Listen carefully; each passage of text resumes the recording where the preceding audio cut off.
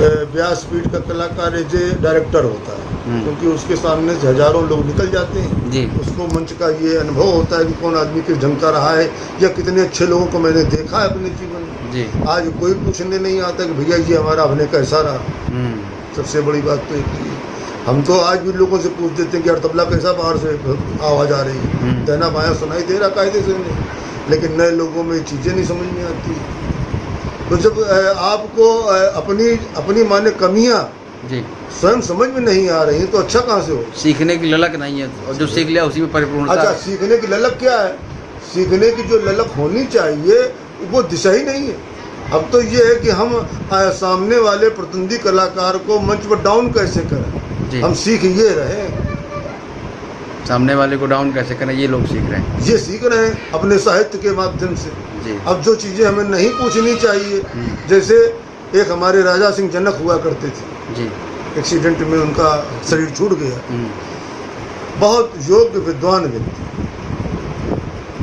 सामने किसी कलाकार जो प्रतिद्वंदी कलाकार है उसने कोई प्रश्न खड़ा किया और उनकी जेब में उत्तर पड़ा है जी, लेकिन अगर जनक सीट ये नहीं कहती है कि हमें उत्तर करना चाहिए जी, तो वो व्यक्ति मौन रहता था मंच पर, वो उत्तर नहीं करता था। अंदर भले चर्चाओं में वो उत्तर कर दें कि इसका उत्तर ये है, लेकिन हमारा जनक जो हमारा अभिनय था वो हमें इसकी इजाज़त नहीं देता कि हमें उत्तर करना चाहिए। मतलब व्यक्तिगत प्रतिष्ठा का प्रश्न नहीं बनाया कभी उन्होंने कि प्रश्न बनाना चाहिए जी।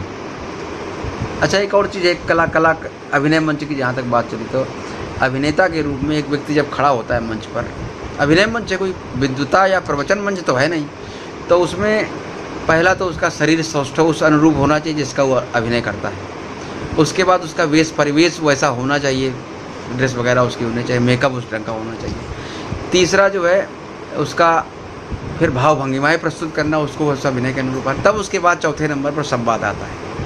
इन चार चीज़ों में रामलीला के कलाकार कितने खरे उतरते हैं आपकी दृष्टि से? कितना प्रतिशत है जो इन चारों चीज़ों को?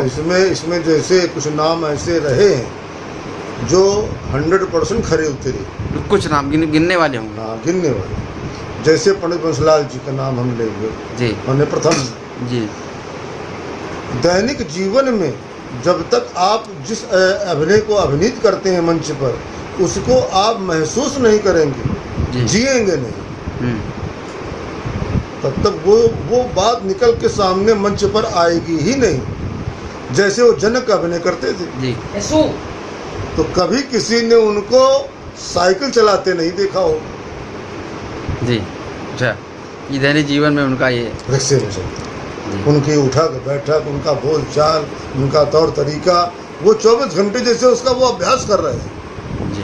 जब तक आप 24 घंटे जिस अभिनय को अभिनीत कर रहे हैं उसमें आप एकाकार नहीं हो जाएंगे, लीन नहीं हो जाएंगे, ये आपका अभ्यास है, आदत में आ जाना चाहिए, आदत में आ जाना चाहिए। आपकी उठक बैठक, आपकी बातचीत, आपका बोलचाल, आपका स्वभाव, आपकी चर्चाएं, आपके उदाहरण भी उसी से जुड़े होने चाहिए।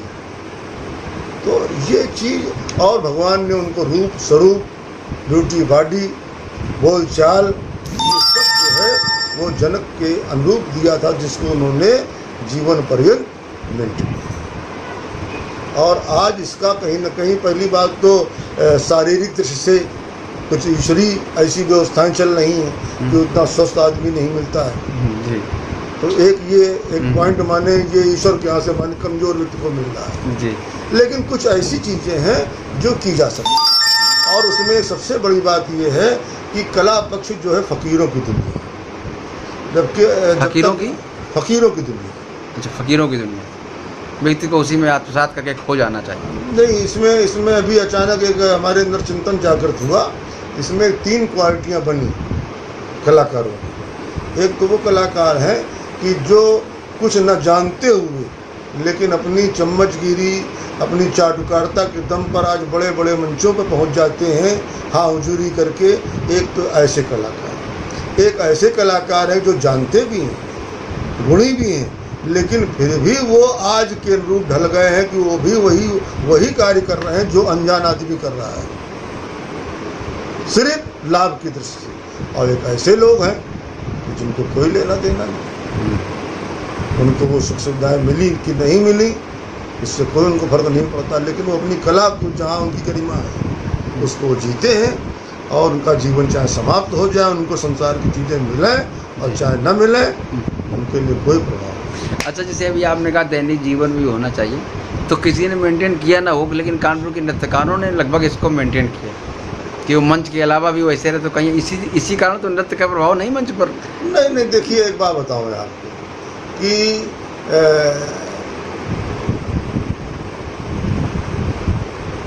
कलाकार का एक स्वरूप ये भी है। पंडित बंसीलाल जी राजा का अभिनय करते थे, दैनिक जीवन में राजा दिखना एक अलग बात है, लेकिन एक ये भी है, उसका स्वरूप है कि वो बहुत गहरा है, लेकिन उसको बगल वाला नहीं जानता है। एक पक्ष ये भी है, बहुत गहरा है, अपनी कला के प्रति बहुत जानकार है, बहुत डूबा है, लेकिन वहाँ बैठा हुआ बगल का व्यक्ति भी नहीं जानता है उसे कि ये इतना है, इस टाइप का हो सकता है। जैसे इसमें एक उदाहरण आता है ऐतिहासिक, एक हमारे पुत्तूलाल जी पांडे, इनको बम्बई बुलाया गया, जिनको मेघ मल्हार सिद्ध था, और ये आज की बात नहीं, 50 साल पहले की बात है। तब बम्बई का स्वरूप ये नहीं था जो उस समय 50 साल पहले रहा होगा। तो इनको फर्स्ट क्लास का मैंने टिकट दिया गया, और ये जो है मैंने सेकंड क्लास में गए, कम्बल ओढ़े, ये किनारे बैठे। जब स्टेशन आ गया तो इनको था कोई ना कोई लेने आएगा, जब कोई लेने नहीं इनको समझ में आया तो ये स्टेशन में उतर करके एक टीटी से पूछा कि भैया इन जो म्यूजिक कॉन्फ्रेंस कहूँ है, हम कानपुर से आए, पुत्तूलाल पाड़े हमारा नाम है। अरे बोले महाराज आपको तो बहुत लोग ढूंढ रहे हैं। जो ढूंढ रहे थे उनके दिमाग में था कोई लंबा चौड़ा बढ़िया कुर्ता पजामा पहने व्यक्तित्व होगा, स्वरूपवान, तिलक लगा होगा, ऐसा कोई व्यक्तित्व होगा। और पुत्तूलाल पाड़े बिल्कुल सरल स्थिति में, एक कम्बल ऊपर से ओढ़े, 7 फुटी शरीर उनका, लंबे चौड़े, गौरांग भी नहीं थे, कोई बने तिलक भी नहीं लगा था जी। उस टीटी ने जब देखा, अरे बोले आपको तो लोग ढूंढ रहे हैं, तो बोले भैया हमको मिलवा दो उन लोगों से। फिर मिलवाया टीटी। तो कहने का अर्थ ये है कि ऐसे भी लोग हुए हैं जिनको पड़ोसी नहीं जानता है, बगल में बैठा हुआ व्यक्ति नहीं जानता है, लेकिन बहुत डूबे हुए हैं। ऐसे भी लोग हैं, माने फकीर नेचर के हैं, उन्होंने फकीरत को 100% उतार लिया अपने जीवन में। मतलब अवसर पर ही कला का प्रदर्शन करते हैं, बाकी जीवन में वो साधारण। अब जैसे इतिहास में 3 नाम, तानसेन, बैजू बावरा और उनके गुरु का क्या नाम था,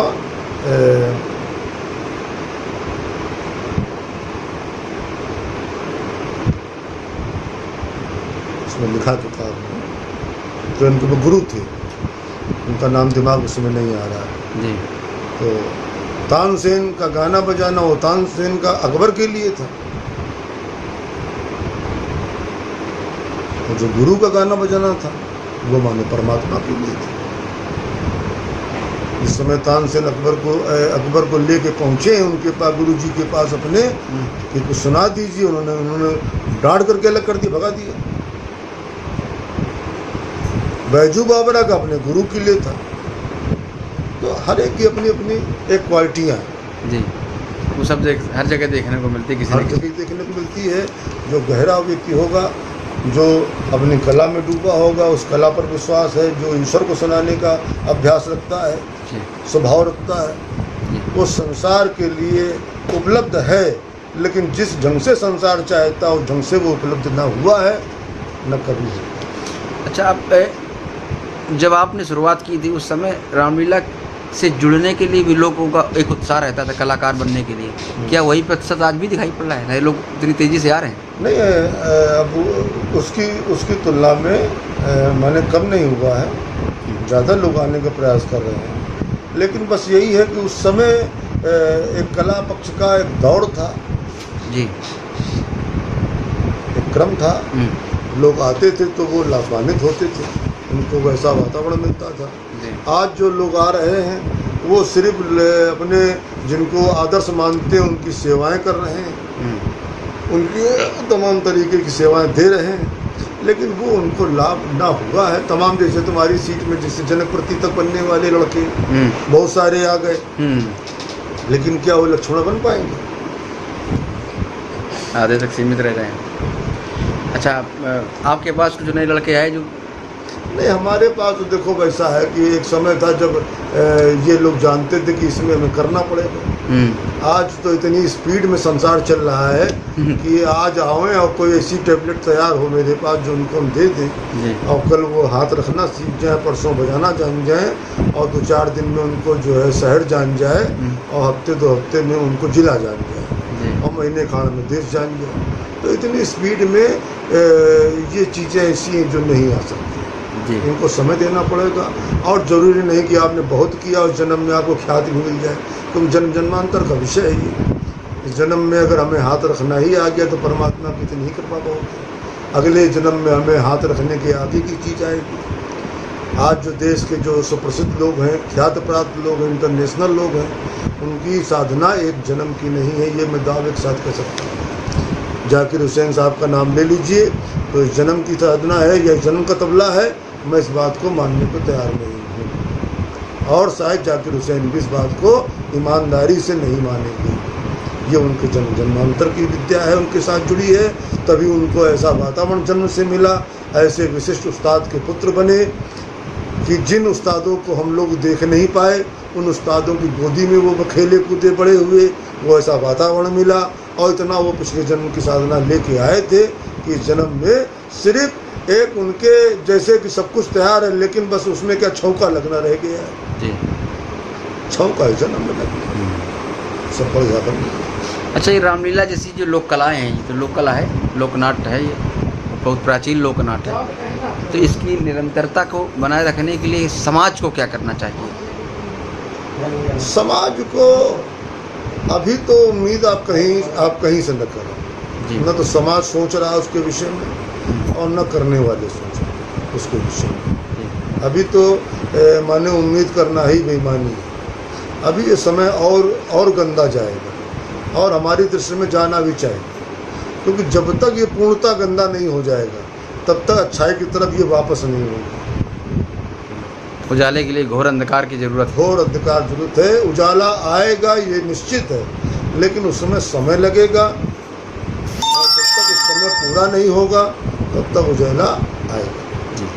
अच्छा, कभी इस तरह के माहौल से छुटकारा पाने के लिए आपके स्तर पर कभी कोई प्रयास या किसी वरिष्ठ कलाकारों के द्वारा कुछ प्रयास? हमने मंची किए जी, हमने मंची किया, प्रयास किया, सब कुछ किया, लड़ाई की इसके लिए जी, लेकिन अपने मान सम्मान को रिस्क पर ताक पर रख करके लड़ाई लड़ी, लेकिन वो आया गया रहा। तो उस रात तो हमने अपने ढंग से मेंटेन कर लिया जी, लेकिन उसके बाद ही वही सब हो रहा है। क्योंकि जब तक इसमें एक निश्चित जो संख्या, जैसे मानो 14-15 कलाकार एक रामलीला में लगते हैं, 14-15 कलाकारों की एक मानसिकता बन जाए कि नहीं हमें विशुद्ध लीला करनी है, हम अलग ग्रुप बना करके अलग विशुद्ध लीला करेंगे, हम नहीं करेंगे ये। तो जहाँ वो अर्थ आ जाता है आड़े, तो 14-15 कलाकार 14-15 जगह डिवाइड हो जाते हैं, सब बिखर जाते हैं, सब बिखर जाते हैं। अच्छा, इस परिस्थिति से भारत का हर लोकनाट्य लगभग जूझ रहा है। ये दिक्कतें हैं सभी के सामने। इसके बाद भी लोकनाट्य मरा नहीं कहीं का, सब अपने अपने ढंग से संघर्ष करते हैं। धर्म कभी नहीं मरता जी। धर्म जो है कमजोर भले दिखने लगे लेकिन मरता कभी नहीं है, क्योंकि ये परमात्मा प्रदत्त है। ये कभी इसका माने खत्म तो ये हो ही नहीं सकती है। एक व्यक्ति बचेगा जी, वो नई दुनिया बनाएगा, सब खत्म हो जाएगा जी, लेकिन एक व्यक्ति लास्ट में ऐसा बचेगा जो नई दुनिया को बनाएगा, नया वातावरण बनाएगा और नई शैली बनाएगा। सरकार की ओर से क्या प्रयास होने चाहिए? सरकार की ओर से लगभग प्रयास हैं भी और नहीं भी हैं। उसका कारण यह है कि सरकार में बैठे लोग, पहली बात इस विधा में कानूनी तौर पर उन्होंने तमाम कानून बना रखे हैं। अब जैसे उन्होंने कहा, बोले साहब आपको तबले की नौकरी मिलेगी, लेकिन तबले की नौकरी के लिए आपका इंटर होना बहुत जरूरी है। मतलब वो योग्यता जरूरी जिसका कोई मूल्य तबले से है नहीं। तबले से कोई उसका योग्यता नहीं। प्रधानमंत्री बनना हो, कोई जरूरी नहीं कि आप इंटर है कि क्या है। इस देश का राष्ट्रपति जूनियर हाई स्कूल हो चुका है। इस देश का राष्ट्रपति भी जूनियर हाई स्कूल की स्थिति का व्यक्ति हो चुका है। लेकिन आपको पानी पिलाना है बैंक में, किसी ऑफिस में, हाई स्कूल जरूरी है। तबला, अब तबला स्वयं में ये एक ऐसा विषय है कि पहली बात जो तबला से जुड़ा व्यक्ति होगा उसकी बोलचाल, उसकी भाषा शैली तो अच्छे खासे MA वालों से अच्छी होगी, क्योंकि ऐसे लोगों के बीच में वो जन्म से रहा है, उठा बैठा है, उसको डिग्री की आवश्यकता नहीं। लेकिन अब वहाँ डिग्री अगर लेता है तो जो तबला जाता है उसका, और तबला मेंटेन करता है, क्योंकि तबला कम से कम 6 घंटे का रियाज तो चाहिए, और 18 घंटे हो जाए तो बहुत अच्छा है, फिर तो हिंदुस्तान में नाम कमा लोगे। लेकिन 6 घंटा लोकल कमाने के लिए आपको चाहिए रियाज, और जो आदमी 6 घंटे रियाज करेगा वो हाई स्कूल, उसका तो वही अपने आप रह जाएगा। लेकिन वहाँ हाई स्कूल जरूरी है। तो अब इस समय जितने भी डिग्री होल्डर हैं, जितने स्कूल कॉलेजों में, हाजरा आप तबला सुन लीजिए, आप गाना सुन लीजिए, उनका साला गाना नहीं आता है। कारण क्या है कि डिग्री यहाँ है उनके पास, डिग्री के दम पर हो गए हैं। अब से औपचारिक शिक्षा से इस विषय को दूर रखना चाहिए, इसका एक अलग दूर रखना चाहिए। जब आपने सीखा था शुरुआती दौर में और उसके बाद से अब तक का जो समय सफ़र बीता आपको, तो उसमें जब आपका दौर चल रहा था, कार्यक्रमों का सिलसिला बराबर चल रहा था, उस समय रियाज के लिए कैसे टाइम निकालते थे आप? उस समय रियाज जो होता था वो मंची हो जाता था जी, मंच का रियाज वो हो जाता था। लेकिन जो गहराई का रियाज होना चाहिए वो परिस्थितियों बस, क्योंकि एक अच्छे कलाकार को इतने मंच नहीं करने चाहिए, इतने हमने किए। हमारी दृष्टि में इतने मंच बहुत ज़्यादा है, फिर आप रियाज नहीं कर सकते हैं जी।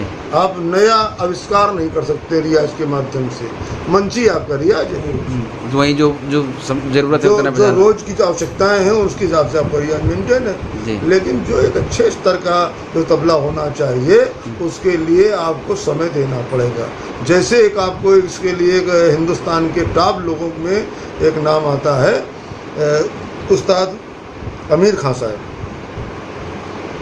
जो ख्याल के हिंदुस्तान के एकमात्र बेजोड़ गवैये हो गए हमारे हिंदुस्तान के। अमीर खान साहब वो प्रोग्राम नहीं करते थे, क्योंकि उस ज़माने में एक प्रोग्राम करने के लिए 6 दिन बर्बाद होते थे, क्योंकि साधन नहीं थे, फास्ट साधन से आना जाना नहीं हो पाता था। अब लखनऊ उनको आना है तो बोले दिया 3 दिन आना 3 दिन जाना और 1 घंटे गाना।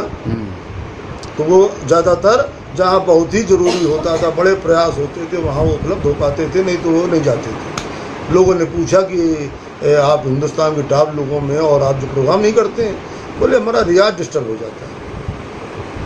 तो ये जो उनकी कला थी वो अपने आत्मसंतुष्टि के लिए थी, कि वो संतुष्टि के लिए थी। लेकिन वो अगर जीवन भर में 10 प्रोग्राम कर गए हैं तो उनका नाम अमर हो गया, इतने से उस रियाज के दम पर। जैसे एक आपको और नाम गुदेई महाराज, जो हमारे हिंदुस्तान के टॉप मोस्ट तबला वादक हो गए, गुदेई महाराज जी, जो हमारे संता प्रसाद जी मिस्र, उन्होंने 20 साल भैरव जी का तबला सुना। और जब सबसे पहले कोई जानता नहीं था उनको, हमने बुजुर्गों के द्वारा ही बात सुनी, मैंने कहीं पढ़ा लिखा नहीं है।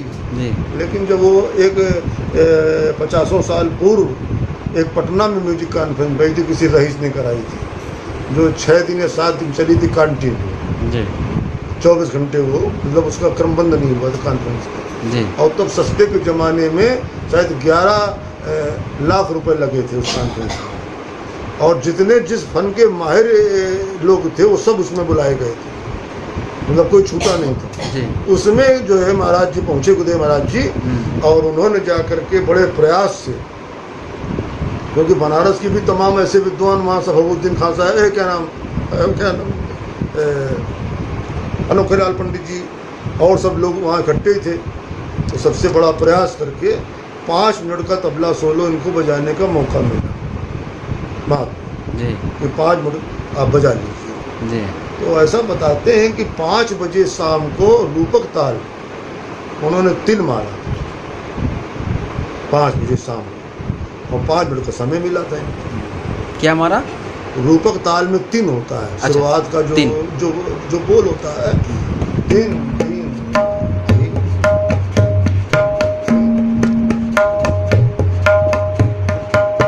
ये 7 मात्रा की ताल है रूपक।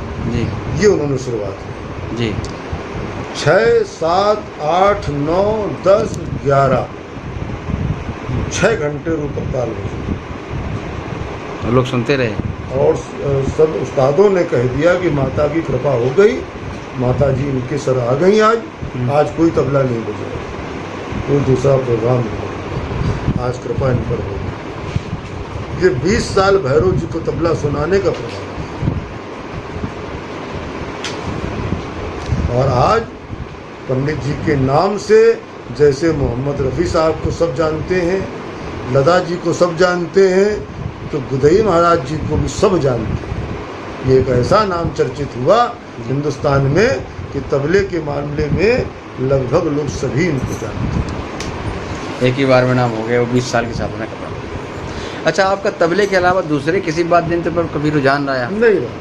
एक साधे सब सधे, सब साधे सब जाने। आकर्षित नहीं किया कभी किसी? नहीं, कभी अभिनय ने आकर्षित नहीं किया किसी मंच नहीं, में? नहीं, कभी दिमाग में नहीं है कि अभिनय में कर सकता हूँ ये? नहीं कर सकता हूँ, वो सब बातें अपनी जगह कभी सोचे ही नहीं। अच्छा, आकर्षित भी कभी किसी ने नहीं किया?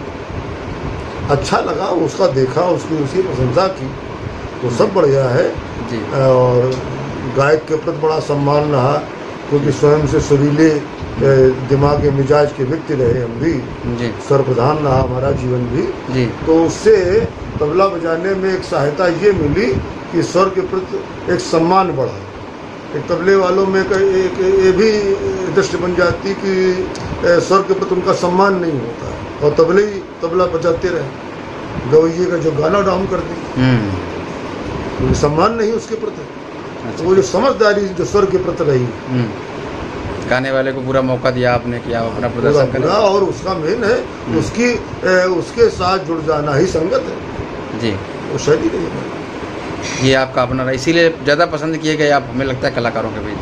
उसमें एक जो हमें भगवत कृपा से जो हमारे अंदर जो चीज़ आई कि तबला भी गाना गाता है। जी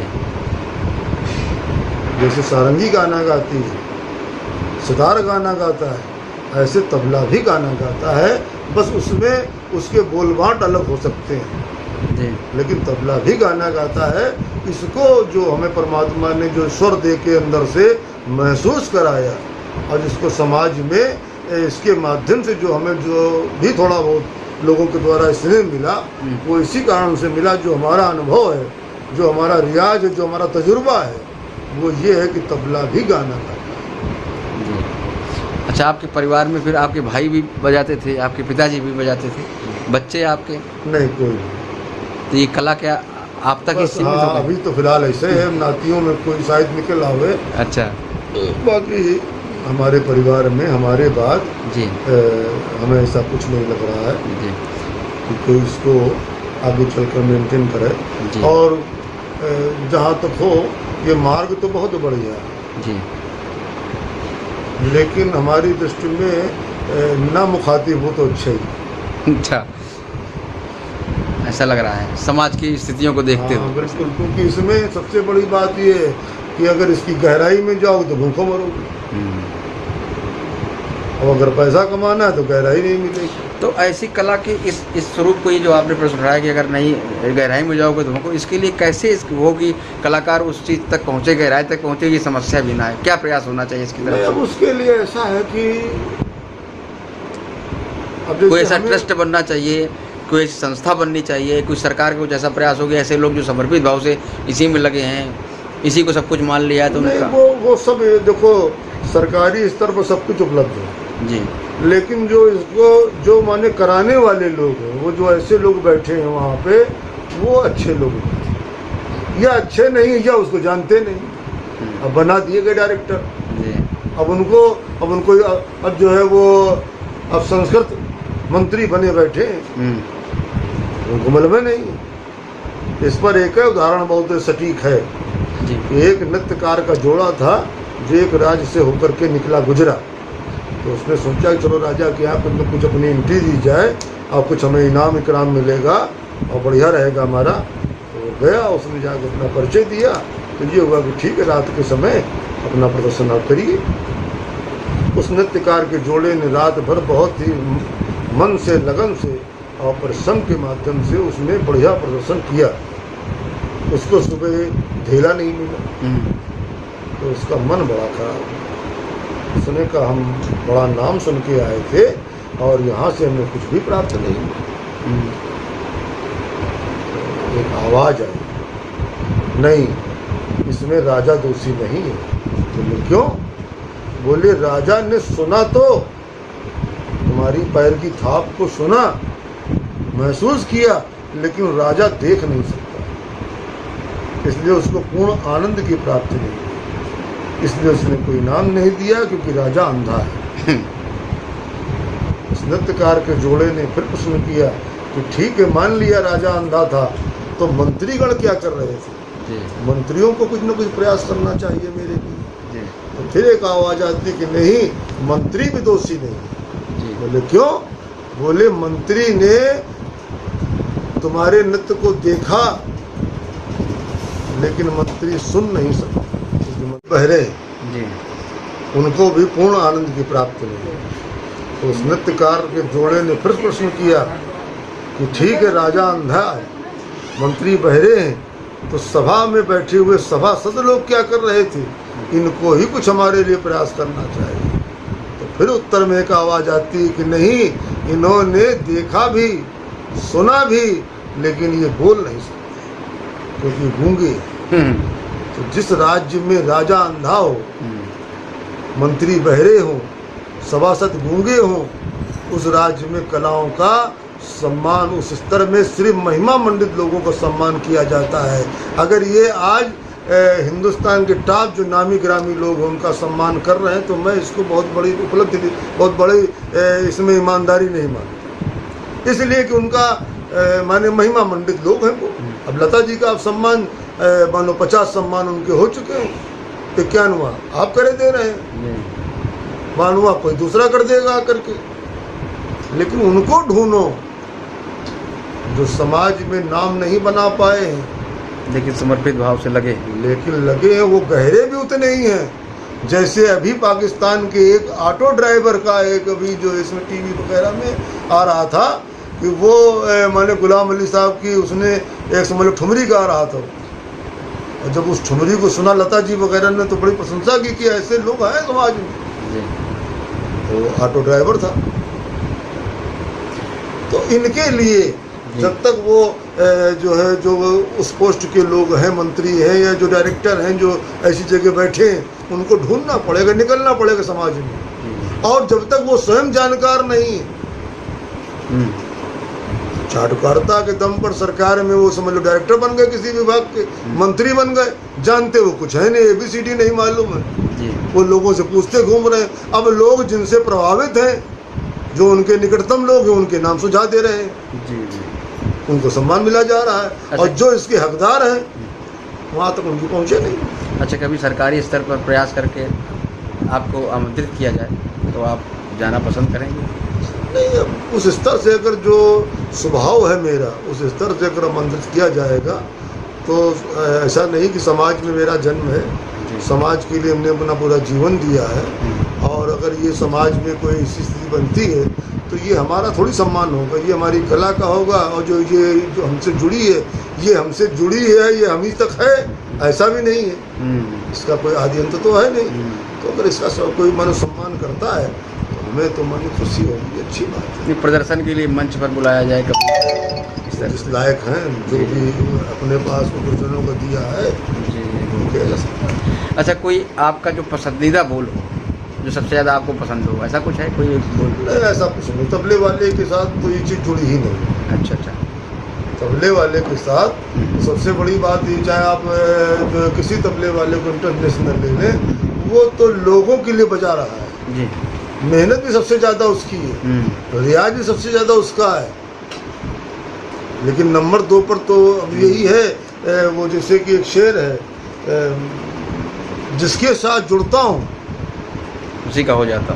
उसको 10 गुना कर देता हूँ, उसको 10 गुना कर देता हूँ। जिसके साथ जुड़ता हूँ उसको 10 गुना कर देता हूँ, फिर भी मैं सिफारिश। नहीं, कभी कोई ऐसा बोल जो आपको ज़्यादा पसंद है, जो कभी मन आता है तो उसी को? नहीं, ऐसा कुछ नहीं। अच्छा।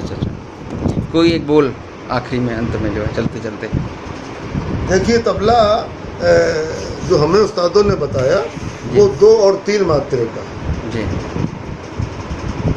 एक ये हम इस जगह बात जोड़ रहे हैं जी कि तबला 2 और 3 मात्रे का है। जी 2 दूनी 4, 4 दूनी 8, माने कहरवा हो गया। जी 8 दूनी 16, 3 तान हो गए। हम्म, 3 3 6 दादरा हो गया। 2 3 5, 2 3 5 10 मात्रा छत्ताल हो गई। 2 3 5 सूल हो गई। तो जो तबला डिवाइड हुआ है 2 और 3 का है। अब जैसे इसमें सब मिला करके आप कहरवा तान लेंगे। जी